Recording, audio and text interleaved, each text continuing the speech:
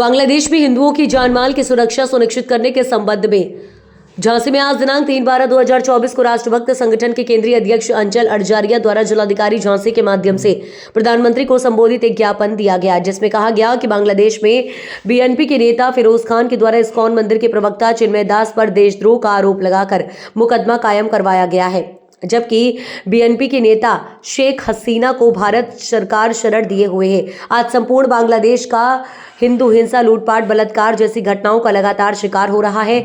चिन्मय दास की वकील रमन रॉय पर भी कल कातिलाना हमला किया गया और वह जिंदगी और मौत से जूझ रहे हैं। अल्पसंख्यक हिंदू, बौद्ध, सिख, ईसाई सभी का बांग्लादेश में कट्टरपंथियों के कारण जीना दूभर है।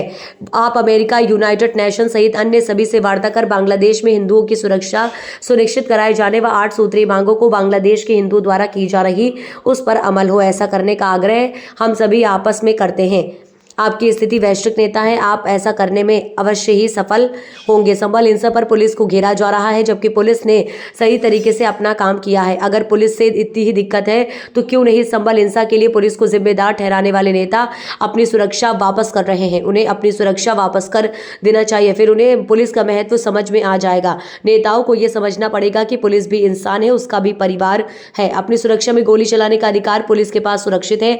आज तक सरकार के द्वारा एक भी मुस्लिम नेता को गिरफ्तार नहीं किया गया है, चाहे वह कोरोना फैलाने में निजामुद्दीन दरगाह मौलवी का हाथ रहा हो, चाहे जामा मस्जिद के इमाम, चाहे तौफीक रजा, चाहे ओवैसी बंधु। इनकी गिरफ्तारी और कार्यवाही होने लगेगी तो देश का माहौल बदलने लगेगा। ज्ञापन देने वालों में प्रमुख रूप से अर्पित शर्मा, राहुल, दीपक वर्मा, भूपेंद्र, गोलू, सीताराम, अभिषेक, आशुतोष, सोनू सहित कई लोग मौजूद रहे। और हमारी मांग है कि वहाँ पर प्रधानमंत्री जी यूनाइटेड नेशंस के में इस बात को रखें, और इसके साथ ही साथ जो अन्य देश हैं, जो पावरफुल देश हैं, जो शक्तियाँ हैं, जैसे अमेरिका के राष्ट्रपति हैं, पुतिन हैं, रूस के हैं, और फ्रांस, जर्मनी, ब्रिटेन इत्यादि जो सुपर पावर हैं, उनके साथ में बात करके हिंदुओं की सुरक्षा सुनिश्चित कराने का काम है। क्योंकि जो बांग्लादेश के अंदर हो रहा है, अल्पसंख्यकों के साथ में अन्याय हो रहा है, चाहे वो बौद्ध हों, सिख हों, ईसाई हों या हिंदू हों, तो वो निश्चित रूप से बहुत ही गलत कार्य हो रहा है। और ऐसा लगता है कि जैसे कि जो अफगानिस्तान के अंदर तालिबान ने किया है, उस तरह की घटनाएं बांग्लादेश के अंदर हो रही हैं। और निश्चित रूप से जो भारत के जो नेता हैं, चाहे वो विपक्ष के हों या अन्य दलों के हों, उनका इस बात पर चुप्पी साधना इस बात को प्रमाणित करता है कि कहीं ना कहीं वो सब भी हिंदुओं के कत्लेआम में मूक सहमति कहीं ना कहीं उनकी भी है।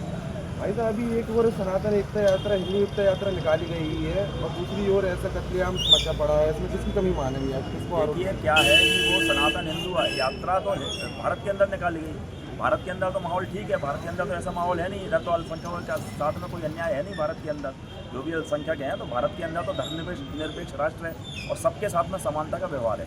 लेकिन ऐसे देश जिनके अंदर ये सब नहीं है, उनको कहीं ना कहीं उनके ऊपर आर्थिक, राजनीतिक प्रतिबंध लगाने की आवश्यकता है, जिससे इस विश्व के अंदर प्रत्येक प्राणी को, प्रत्येक मानव को, वो किसी भी धर्म जाति का हो, उसको स्वाभिमान के साथ जीने का अधिकार है। और उस अधिकार की रक्षा करना उस देश की सरकार का कर्तव्य है, जो बांग्लादेश की सरकार नहीं कर रही है। यहीं खड़े हो जाइए।